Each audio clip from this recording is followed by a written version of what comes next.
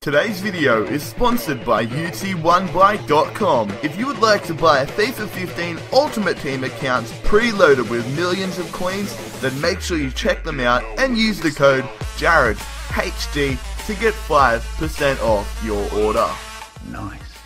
G'day guys, how's it going? It is JarradHD here. Welcome to episode number 53 of the Walsall Road to Glory Career Mode series. In today's episode, we are going to kick it off with the round of 16 matchup in the Capital One Cup. We are taking on Bristol City, who did get promoted with us in our first season of this series, so a little bit of a throwback there for you lads, but hopefully we can defeat them. Of course, our squad is much better than it was back then, so hopefully we do manage to defeat Bristol. Merritt having to make a save early on there, keeping it at a 0-all scoreline, and then Bristol, they hit us on the attack once again. It is going to be Pack, whipping it to Agard, and Ashton Agard does get tackled. It goes to Brian to Emmanuel Thomas, and somehow Bristol City have taken a 1-0 lead away from home against us in the Capital One Cup. Now, we aren't playing our strongest possible lineup because it is the Capital One Cup, but we are still playing a half-decent side,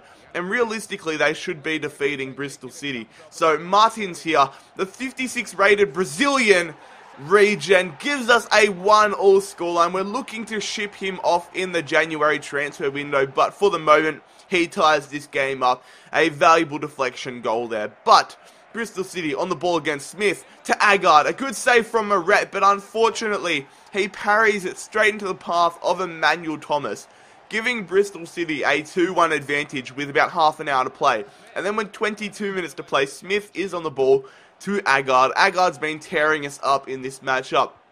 He's going to pass it to Emmanuel Thomas, who backheels it to Maril, who only just misses the left-hand side of the post. But unfortunately, we are out of the Capital One Cup, lads. Not a huge loss, but would have been nice to go on a half-decent cup run. But Bristol City do knock us out in the round of 16. We get £4,500 though for our troubles. Pushing on though, we need to focus on the Barclays Premier League, and we are travelling to Leicester, the King Power Stadium, to take on Leicester City, and hopefully we can pick up all 3 points against them to continue our decent run that we have had at the start of this Premier League season. Leicester really haven't improved much over the past 4 seasons. Still not a very decent side, probably still going to be fighting for relegation in the Premier League, but our side still decent. It's probably about the same level of Leicester if you think about it, but we're just playing amazingly. Lee Kyun-ho though to Baxendale, and Baxendale gives us a 1-0 advantage 8 minutes into this game. A fantastic piece of vision from the Korean striker Lee Kyun-ho to spot out Baxendale, who just did that really easy slide tackle animation, but somehow, luckily for us, it finds the back of the net. But Slimani, a guy who I have never heard of, ties this game up 23 minutes into it. Leicester getting the goal there, and Gallagher on the ball for Leicester. He's running up the wing looking for an option. Passes it to Kane. Kane to Slimani. James to Kane. Kane takes the strike, but thankfully it goes just to the left-hand side of the net. Straight after that, basically, Baxendale to Sam Mantum. Mantum plays a lovely through ball there to the Kiwi centre mid, Tim Payne. Payne is 1-on-1. Tim Payne with the strike. And that is an uncharacteristic miss there from the New Zealander, keeping it at a 1-all scoreline. But Davis for Leicester, he's running, he gets dispossessed from Krishna. Krishna's going to pass it to Lee Kyun-ho. Krishna, he's coming around more to Lee Kyun-ho, who cuts around the defender, but bangs it off the post. We did everything right except score the goal.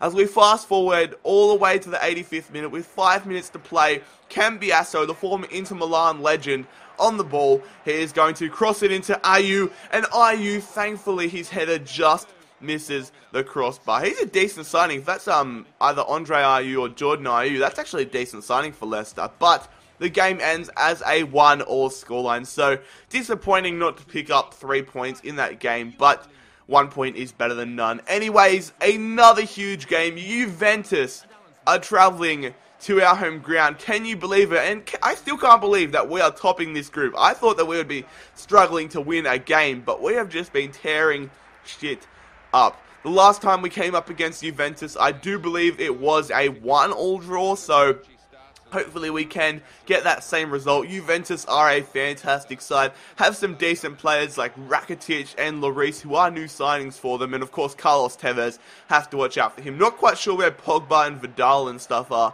But anyways, it is going to be Gideon Zalalam's shot being denied there from Hugo Lloris. A fantastic save there from the French goalkeeper. Yannick Bolasie, though, he has been released 17 minutes into this game, cutting around, takes the strike, and only just misses finding the back of the net. I thought he would have scored there. Danny Ings, though, dispossessing the Juve defender, cutting around Bonucci, at least trying to. He gets around Bonucci, takes the strike, hits it straight at Lloris, though it kind of just bobbles around Lloris's legs. It has been all us so far. We have been dominating this game.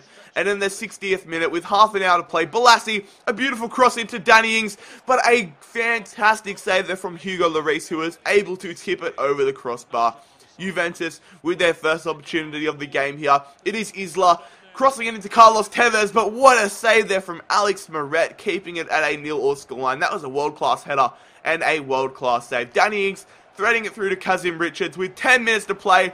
He's going to pass it to Danny Ings. Danny Ings finds the back of the net, and Danny Ings gives us a late and well-deserved 1-0 advantage against the old lady, against Juventus. Can you believe it? What a game we are having. We have been such an amazing underdog side. It's kind of like when I come up against amazing sides like Juventus, the whole team just lifts. You kind of play to the ability of your opponent. But Fofana squares it to Kazim Richards. What a miss!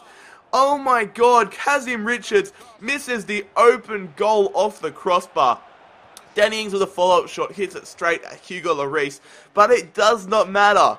We have continued our giant killer status, defeating Juventus 1-0 at home in the Europa League. That is fantastic. And the Czech Republic, they are definitely impressed by our abilities to beat such a big side in Juventus.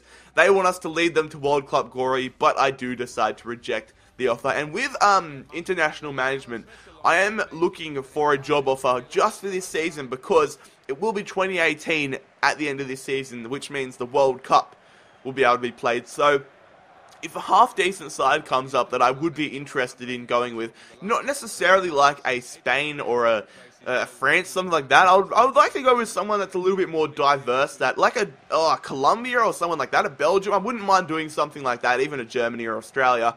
But anyways, the final matchup in today's episode is at home in the Premier League. We are taking on Crystal Palace, and Payne gives us, I believe that was Payne. Was it Payne? Yes, it was. Payne gives us the 1-0 advantage 9 minutes into this game against Crystal Palace. What a flying start it has been, and the hometown fans must be so impressed with the amazing form we've been in lately. What a turnaround 4 years can make. And what a save that is from Alex Moret, denying an almost certain goal there for Crystal Palace. And that was just a great save. But off the resulting corner, as we go into super fast forward mode, it is Chung Yong. He is going to whip it in for Palace to Joe Ledley. And Nick 28T unfortunately finds the back of the net, giving Crystal Palace a 1-1 scoreline.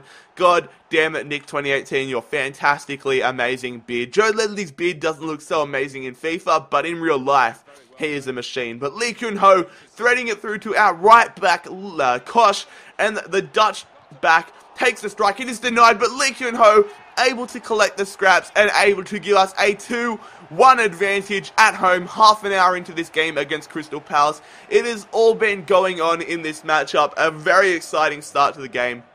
And then basically straight off kickoff, Payne to Baxendale. Baxendale trying to get past Scott Dan. He passed it to Payne. Payne cutting around looking for another goal. Takes the strike and hits it off the post. Oh my god. Tim Payne almost getting his brace, and that would have been fantastic. Ledley, Nick taking the strike, but a fantastic save there from Moret denies Joe Ledley his second goal for this matchup. And then with about 25 minutes to play, it is Boateng getting dispossessed from Nieto. Ledley out to Hunt, Hunt to Boateng, and Derek Boateng is going to whip it in to Zaha. Zaha's header comes off the crossbar, and Nieto does clear it. It's been an even match, to be honest, and it could go either way. But we come back on possession. Lee Kyun-ho to Baxendale with about 4 minutes to play. Baxendale, Lee Kyun-ho looking for an option, finds Krishna. Krishna back to Lee Kyun-ho. Lee Kyun-ho finds the back of the net. And Lee Kyun-ho secures the victory basically for us in this matchup against Crystal Palace. With stoppage time in full effect, we hit them on the attack again. Lee Kyun-ho, can we hit them while they're down and pick up a good goal difference? Lee Kyun-ho gives us the 4-1 advantage. Definitely not a deserved 4-1 victory. It could have easily been a 2-all scoreline or something of that nature.